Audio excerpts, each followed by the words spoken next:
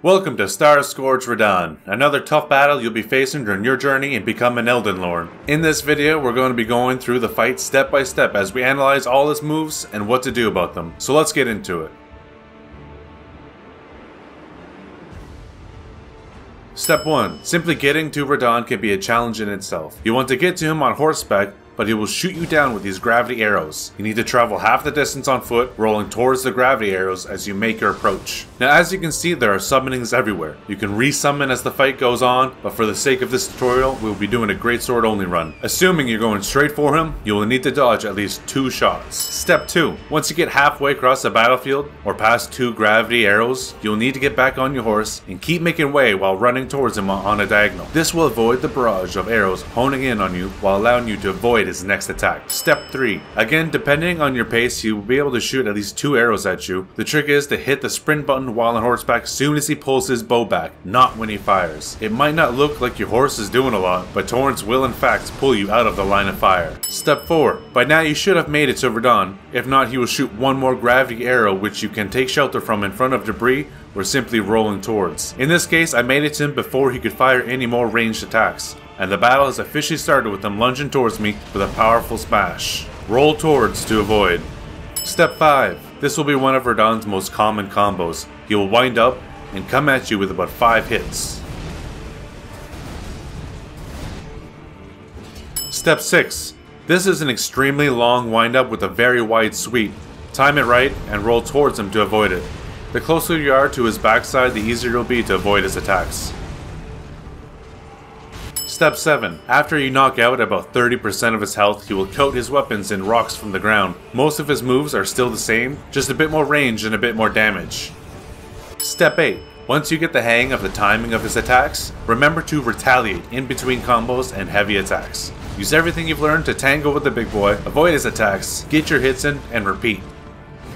Step 9. This combo exists in the earlier phase, but this time will do devastating damage. Roll towards during the 5-hit combo, and watch out for attack number 6, which is a charged up wide swing with a pretty large area of attack. Again, keeping close behind him is the optimal approach for avoiding pretty much anything in this fight. Step 10. When he coats his swords and rocks, he will come out with a slight AoE, followed by potentially 2 more gravity blasts. You can indeed roll dodge through these attacks at the right moment, however he is inconsistent with this combo, so you might only get 1 or 2 initial blasts, so that's something to keep in mind.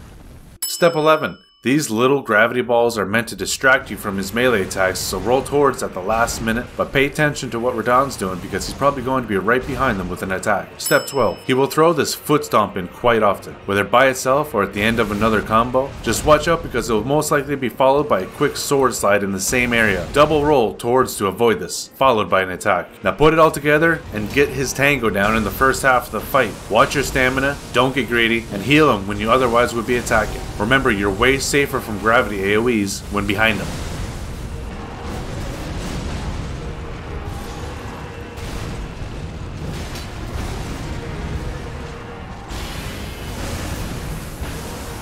Now on to the second half of the fight. Radahn's gonna be coming in like a wrecking ball. Easiest thing to do is get on your horse and run away from the middle of the arena. Just don't stand still and you should be safe. But get ready because he has an opening as soon as he lands. In this stage of the fight, what worked for me was the balance between jumping on the horse to avoid a barrage of attacks and following up with a heavy swing on the horse. But you're gonna want to be on foot for a lot of it. I'm sure most can be dodged with proper timing, but most of it can be outran simply by being on horseback. Step 12. He will conjure these boulders, which will hang by until he sends them after you at any given time. That being said, he should be vulnerable for attacking while summoning them. Most of his attacks are enhanced versions of the first half of the fight, so dodge them as you would have earlier. His new and improved attacks are usually quite noticeable. Step 13. As you can see, he has triggered his boulders while coming after me with his charge attack we've seen before. Stay on horseback and run full sprint to the side to avoid boulders and get ready for a shockwave attack.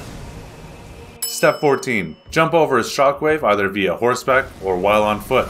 Note the loud yell before launching his shockwave move. Step 15. This is probably the trickiest for me personally. As you can see, a well-timed jump while sprinting can avoid the first charge. The second attack, however, I've only gotten through by rolling towards him on foot. Don't forget to retaliate, then proceed to using what you've learned to finish this fight.